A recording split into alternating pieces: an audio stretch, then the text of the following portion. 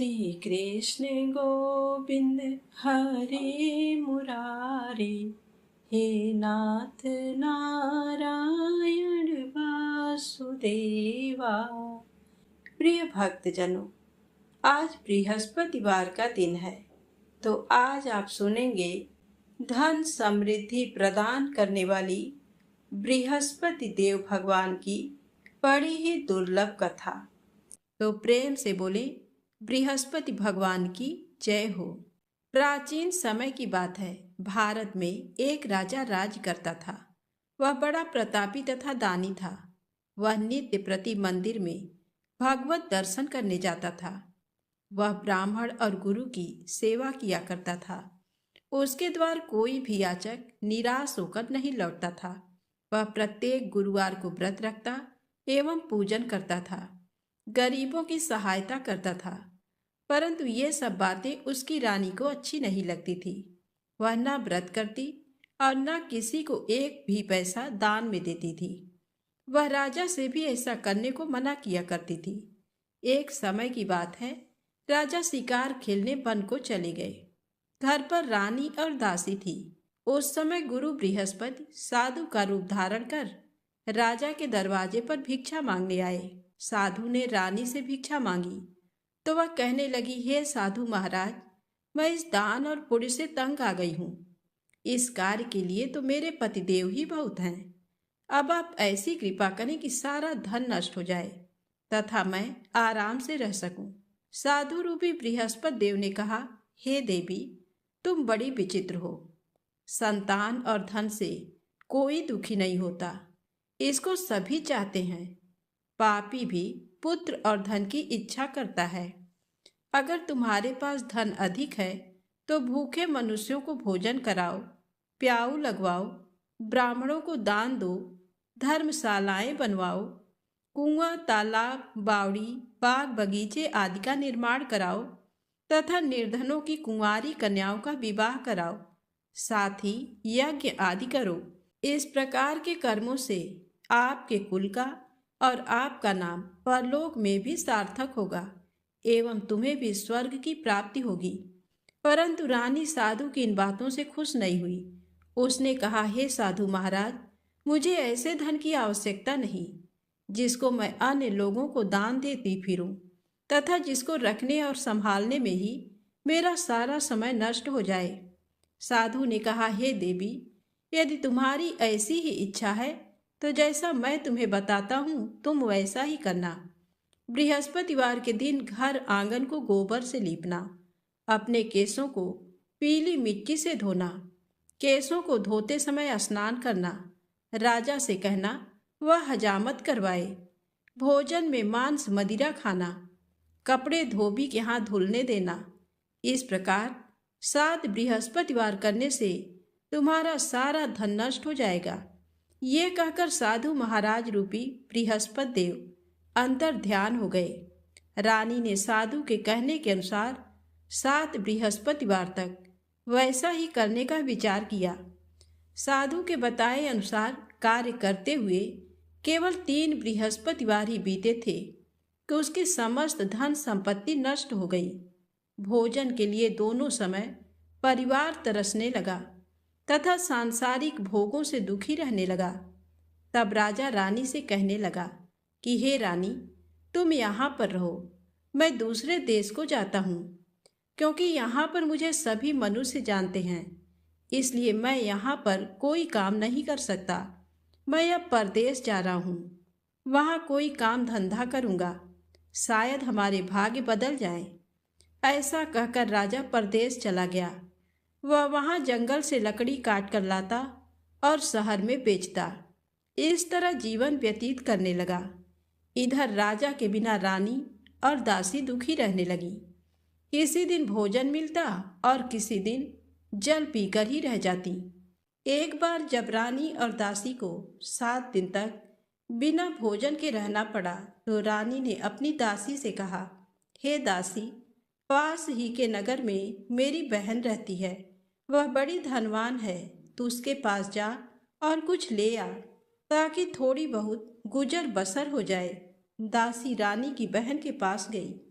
उस दिन गुरुवार था और रानी की बहन उस समय बृहस्पतिवार व्रत की कथा सुन रही थी। दासी ने रानी की बहन को अपनी रानी का संदेश दिया, लेकिन रानी की बड़ी बहन ने कोई उत्तर नहीं दिया। जब दासी को रानी की बहन से कोई उत्तर नहीं मिला तो वह बहुत दुखी हुई और उसे क्रोध भी आया। दासी ने वापस आकर रानी को सारी बात बता दी। सुनकर रानी ने अपने भाग्य को कोसा। उधर रानी की बहन ने सोचा कि मेरी बहन की दासी आई थी, परंतु मैं उससे नहीं बोली, इससे वह बहुत दुखी हुई होगी। कथा सुनकर और पूजन समाप्त करके वह अपनी बहन के घर आई और कहने लगी, हे बहन, मैं बृहस्पतिवार का व्रत कर रही थी। तुम्हारी दासी मेरे घर आई थी, परंतु जब तक कथा होती है तब तक न तो उठते हैं और ना ही बोलते हैं, इसलिए मैं नहीं बोली। कहो दासी क्यों गई थी? रानी बोली, बहन तुमसे क्या छिपाऊं, हमारे घर में खाने तक को अनाज नहीं था। ऐसा कहते कहते रानी की आंखें भर आईं। उसने दासी समेत पिछले 7 दिनों से भूखे रहने तक की बात अपनी बहन को विस्तार पूर्वक सुना दी। रानी की बहन बोली, देखो बहन, भगवान बृहस्पति देव सबकी मनोकामना को पूर्ण करते हैं। देखो शायद तुम्हारे घर में अनाज रखा हो। पहले तो रानी को विश्वास नहीं हुआ, पर बहन के आग्रह करने पर उसने अपनी दासी को अंदर भेजा तो उसे सचमुच अनाज से भरा एक घड़ा मिल गया। ये देखकर दासी को बड़ी हैरानी हुई। दासी रानी से कहने लगी, हे रानी, जब हमको भोजन नहीं मिलता तो हम व्रत ही तो करते हैं, इसलिए क्यों न इनसे व्रत और कथा की विधि पूछ ली जाए ताकि हम भी व्रत कर सकें। तब रानी ने अपनी बहन से बृहस्पतिवार व्रत के बारे में पूछा। उसकी बहन ने बताया, बृहस्पतिवार के व्रत में चने की दाल और मुनक्का से विष्णु भगवान का केले की जड़ में पूजन करें तथा दीपक जलाएं, व्रत कथा सुने और पीला भोजन ही करें। इससे बृहस्पति देव प्रसन्न होते हैं। व्रत और पूजन विधि बताकर रानी की बहन अपने घर को लौट गई। 7 दिन के बाद जब गुरुवार आया तो रानी और दासी ने व्रत रखा। गुड़साल में जाकर चना और गुड़ लेकर आई, फिर उससे केले की जड़ तथा विष्णु भगवान का पूजन किया। अब पीला भोजन कहाँ से आए, इस बात को लेकर दोनों बहुत दुखी थे। चूंकि उन्होंने व्रत रखा था, इसलिए बृहस्पति देव उनसे प्रसन्न थे। इसलिए वे एक साधारण व्यक्ति का रूप धारण कर 2 थालों में सुंदर पीला भोजन दासी को दे गए। भोजन पाकर दासी प्रसन्न हुई और फिर रानी के साथ मिलकर भोजन ग्रहण किया। उसके बाद वे सभी गुरुवार को व्रत और पूजन करने लगी। बृहस्पति भगवान की कृपा से उनके पास फिर से धन संपत्ति आ गई, परंतु रानी फिर से पहले की तरह आलस्य करने लगी। तब दासी बोली, देखो रानी, तुम पहले भी इस प्रकार आलस्य करती थी। तुम्हें धन रखने में कष्ट होता था, इस कारण सभी धन नष्ट हो गया, और अब जब भगवान बृहस्पति की कृपा से धन मिला है तो तुम्हें फिर से आलस्य होता है। रानी को समझाते हुए दासी कहती है कि बड़ी मुसीबतों के बाद हमने ये धन पाया है, इसलिए हमें दान पुण्य करना चाहिए, भूखे मनुष्यों को भोजन कराना चाहिए और धन को शुभ कार्यों में खर्च करना चाहिए, जिससे तुम्हारे कुल का यश बढ़ेगा, स्वर्ग की प्राप्ति होगी और पितृ प्रसन्न होंगे। दासी की बात मानकर रानी अपना धन शुभ कार्यों में खर्च करने लगी, जिससे पूरे नगर में उसका यश फैलने लगा। एक दिन रानी और दासी दोनों आपस में विचार करने लगी कि न जाने राजा किस दशा में होंगे। उनकी कोई खोज खबर भी नहीं है। उन्होंने श्रद्धा पूर्वक गुरु बृहस्पति भगवान से प्रार्थना की कि राजा जहाँ कहीं भी हो शीघ्र वापस आ जाएं। उधर राजा परदेश में बहुत दुखी रहने लगा। वह प्रतिदिन जंगल से लकड़ी बीनकर लाता और उसे शहर में बेचकर अपने दुखी जीवन को बड़ी कठिनता से व्यतीत करता था। एक दिन दुखी हो अपनी पुरानी बातों को याद करके वह रोने लगा और उदास हो गया। उसी समय राजा के पास बृहस्पति देव साधु के वेश में आकर बोले, हे लकड़हारे, तुम इस सुनसान जंगल में किस चिंता में बैठे हो, मुझे बतलाओ। ये सुन राजा के नेत्रों में जल भर आया। साधु की वंदना कर राजा ने अपनी संपूर्ण कहानी सुना दी। महात्मा दयालु होते हैं। वे राजा से बोले, हे राजा, तुम्हारी पत्नी ने बृहस्पति देव के प्रति अपराध किया था, जिसके कारण तुम्हारी ये दशा हुई। अब तुम किसी प्रकार की चिंता मत करो, भगवान तुम्हें पहले से अधिक धन देंगे। देखो, तुम्हारी पत्नी ने बृहस्पतिवार का व्रत प्रारंभ कर दिया है। अब तुम भी बृहस्पतिवार का व्रत करके चने की दाल व गुड़ जल के लोटे में डालकर केले का पूजन करो, फिर कथा कहो या सुनो। भगवान तुम्हारी सब कामनाओं को पूर्ण करेंगे। साधु की बात सुनकर राजा बोला, हे प्रभु, लकड़ी बेचकर तो इतना पैसा भी नहीं मिलता जिससे भोजन करने के उपरांत कुछ बचा सकूं। मैंने रात्र में अपनी रानी को व्याकुल देखा है। मेरे पास कोई साधन नहीं जिससे इसका समाचार जान सकूं। फिर मैं बृहस्पति देव की क्या कहानी कहूँ, ये भी मुझको मालूम नहीं है। साधु ने कहा, हे राजा, मन में बृहस्पति भगवान के पूजन व्रत का निश्चित करो। वे स्वयं तुम्हारे लिए कोई राह बना देंगे। बृहस्पतिवार के दिन तुम रोजाना की तरह लकड़ियां लेकर शहर में जाना। तुम्हें रोज से दुगना धन प्राप्त होगा, जिससे तुम भली भांति भोजन कर लोगे तथा बृहस्पति देव की पूजा का सामान भी आ जाएगा। जो तुमने बृहस्पतिवार की कहानी के बारे में पूछा है, वह इस प्रकार है। प्राचीन काल में एक बहुत ही निर्धन ब्राह्मण था। उसके कोई संतान नहीं थी। वह नित्य पूजा पाठ करता।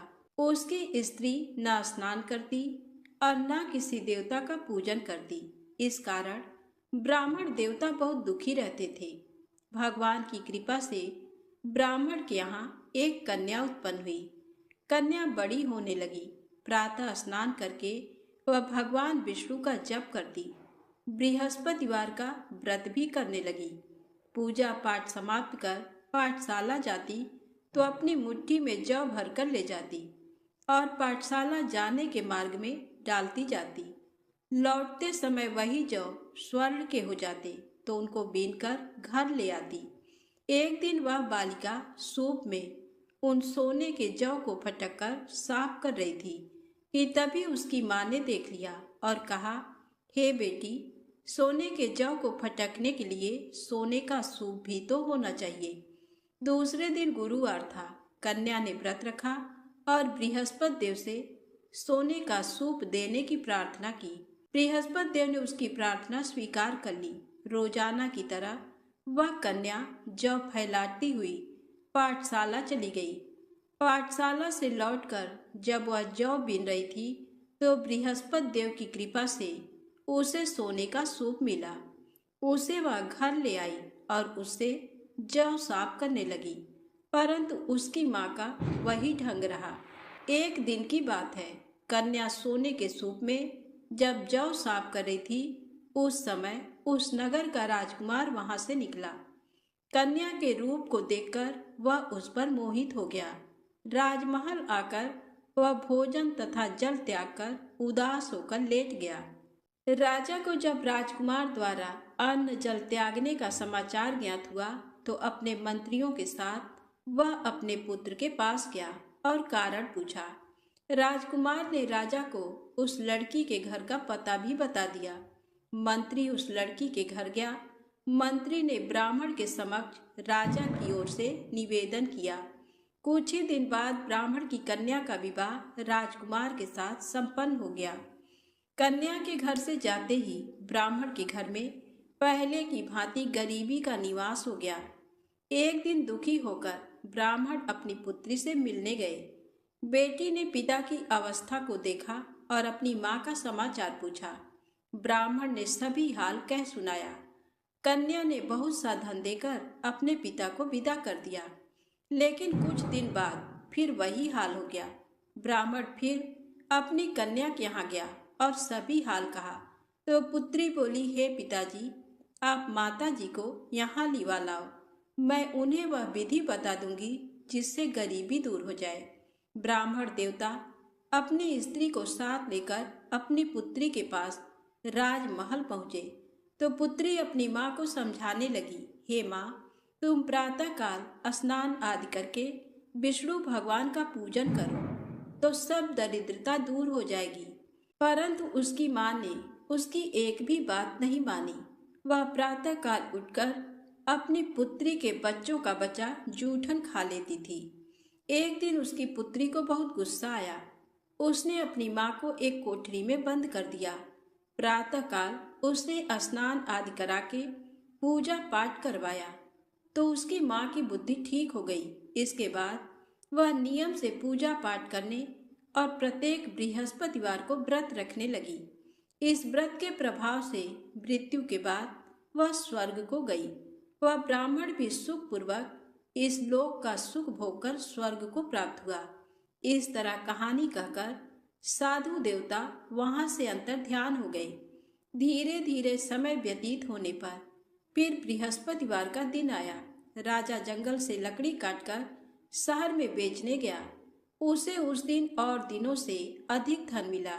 राजा ने चना गुड़ आदि लाकर बृहस्पतिवार का व्रत किया। उस दिन से उसके सभी क्लेश दूर हुए। परंतु जब अगले गुरुवार का दिन आया तो वह बृहस्पतिवार का व्रत करना भूल गया। इस कारण बृहस्पति भगवान नाराज हो गए। उस दिन उस नगर के राजा ने विशाल यज्ञ का आयोजन किया तथा शहर में ये घोषणा करा दी कि कोई भी मनुष्य अपने घर में भोजन न बनावे, न आग जलावे। समस्त जनता मेरे यहाँ भोजन करने आवे। इस आज्ञा को जो न मानेगा उसे फांसी की सजा दी जाएगी। इस तरह की घोषणा संपूर्ण नगर में करवा दी गई। राजा की आज्ञा अनुसार शहर के सभी लोग भोजन करने गए, लेकिन लकड़हारा कुछ देर से पहुंचा। इसलिए राजा उसको अपने साथ घर लिवा गए और ले जाकर भोजन करा रहे थे तो रानी की दृष्टि उस खूंटी पर पड़ी जिस पर उसका हार लटका हुआ था। वह वहां पर दिखाई नहीं दिया। रानी ने निश्चय किया कि मेरा हार इस मनुष्य ने चुरा लिया है। उसी समय सिपाहियों को बुलाकर उसको कारागार में डलवा दिया। जब लकड़हारा कारागार में पड़ गया और बहुत दुखी होकर विचार करने लगा कि न जाने कौन से पूर्व जन्म के कर्म से मुझे ये दुख प्राप्त हुआ, और उसी साधु को याद करने लगा जो कि जंगल में मिला था। उसी समय तत्काल बृहस्पति देव साधु के रूप में प्रकट हुए और उसकी दशा को देखकर कहने लगे, अरे मूर्ख, तूने बृहस्पति देव की कथा नहीं करी, इस कारण तुझे दुख प्राप्त हुआ है। अब चिंता मत कर। बृहस्पतिवार के दिन कारागार के दरवाजे पर 4 पैसे पड़े मिलेंगे। उनसे तू बृहस्पति देव की पूजा करना, तेरे सभी कष्ट दूर हो जाएंगे। बृहस्पति के दिन उसे 4 पैसे मिले। लकड़हारे ने कथा कही। उसी रात्रि को बृहस्पति देव ने उस नगर के राजा को स्वप्न में कहा, हे राजा, तुमने जिस आदमी को कारागार में बंद कर दिया है वह निर्दोष है। वह राजा है, उसे छोड़ देना। रानी का हार उसी खूंटी पर लटका है। अगर तू ऐसा नहीं करेगा तो मैं तेरे राज्य को नष्ट कर लूंगा। इस तरह रात्रि के स्वप्न को देखकर राजा प्रातःकाल उठा और खूंटी पर हार देकर लकड़हारे को बुलाकर क्षमा मांगी तथा लकड़हारे को योग्य सुंदर वस्त्र आभूषण देकर विदा कर दिया। बृहस्पति देव की आज्ञा अनुसार लकड़हारा अपने नगर को चल दिया। राजा जब अपने नगर के निकट पहुंचा तो उसे बड़ा आश्चर्य हुआ। नगर में पहले से अधिक बाग, तालाब, कुएं तथा बहुत सी धर्मशाला, मंदिर आदि बन गए हैं। राजा ने पूछा, ये किसका बाग और धर्मशाला है? तब नगर के सब लोग कहने लगे, ये सब रानी और बांदी के हैं। तो राजा को आश्चर्य हुआ और गुस्सा भी आया। जब रानी ने ये खबर सुनी कि राजा आ रहे हैं तो उन्होंने बांदी से कहा कि हे दासी, देख राजा हमको कितनी बुरी हालत में छोड़ गए थे। हमारी ऐसी हालत देखकर वह लौट न जाएं, इसलिए तू दरवाजे पर खड़ी हो जा। आज्ञानुसार दासी दरवाजे पर खड़ी हो गई। राजा आए तो उन्हें अपने साथ लिवा लाई। तब राजा ने क्रोध करके अपनी रानी से पूछा कि ये धन तुम्हें कैसे प्राप्त हुआ है। तब उन्होंने कहा, हमें ये सब धन बृहस्पति देव के इस व्रत के प्रभाव से प्राप्त हुआ है। राजा ने निश्चय किया कि 7 रोज बाद तो सभी बृहस्पति देव का पूजन करते हैं, परंतु मैं प्रतिदिन दिन में 3 बार कहानी तथा रोज व्रत किया करूँगा। अब हर समय राजा के दुपट्टे में चने की दाल बंधी रहती तथा दिन में 3 बार कहानी कहता। एक रोज राजा ने विचार किया कि चलो अपनी बहन के यहाँ हो आवे। इस तरह निश्चय कर राजा घोड़े पर सवार हो अपनी बहन के यहाँ को चलने लगा। मार्ग में उसने देखा कि कुछ आदमी एक मुर्दे को लिए जा रहे हैं। उन्हें रोककर राजा कहने लगा, अरे भाइयों, मेरी बृहस्पति देव की कथा सुन लो। वे बोले, लो, हमारा तो आदमी मर गया है, इसको अपनी कथा की पड़ी है। परंतु कुछ आदमी बोले, अच्छा कहो, हम तुम्हारी कथा भी सुनेंगे। राजा ने दाल निकाली और जब कथा आधी हुई थी कि मुर्दा हिलने लग गया, और जब कथा समाप्त हो गई तो राम राम करके मनुष्य उठकर खड़ा हो गया। आगे मार्ग में उसे एक किसान खेत में हल चलाता मिला। राजा ने उसे देखा और उससे बोले, अरे भैया, तुम मेरी बृहस्पतिवार की कथा सुन लो। किसान बोला, जब तक मैं तेरी कथा सुनूंगा तब तक 4 हरैया जोत लूंगा। जाए अपनी कथा किसी और को सुनाना। इस तरह राजा आगे चलने लगा। राजा के हटते ही बैल पछाड़ खाकर गिर गए तथा किसान के पेट में बड़ी जोर का दर्द होने लगा। उस समय उसकी माँ रोटी लेकर आई। उसने जब ये देखा तो अपने पुत्र से सब हाल पूछा और बेटे ने सभी हाल कह दिया।